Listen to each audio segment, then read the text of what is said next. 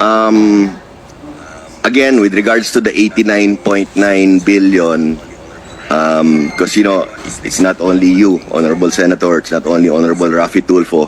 Everyone is texting me, calling me, saying, ba't hindi mo inisip yung health concerns ng mga tao, pera ng health yan, bakit mo ginagawa yan? Again, I want to reiterate to this honorable committee and to everyone here in this room, I received a directive, which emanated from a cabinet meeting led by President Marcos, asking me to remit the 89.9 billion. So like a good soldier, I am following them, percent po. May pakiusap lang ako sa iyo, President Ledesma. Sa magiging decision mo, parate, isipin mo lang parate yung mga mahirap nating kababayan, yung mga pasyente. Yun lang parate mong isipin. Hindi ka magkakamali doon. Isaalang-alang mo parate yung kapakanan ng mga mahirap na pasyente na walang pambayad po. Yun lang po ang parate mong isipin yung mga mahirap nating kababayan. Hindi ka magkakamali dyan.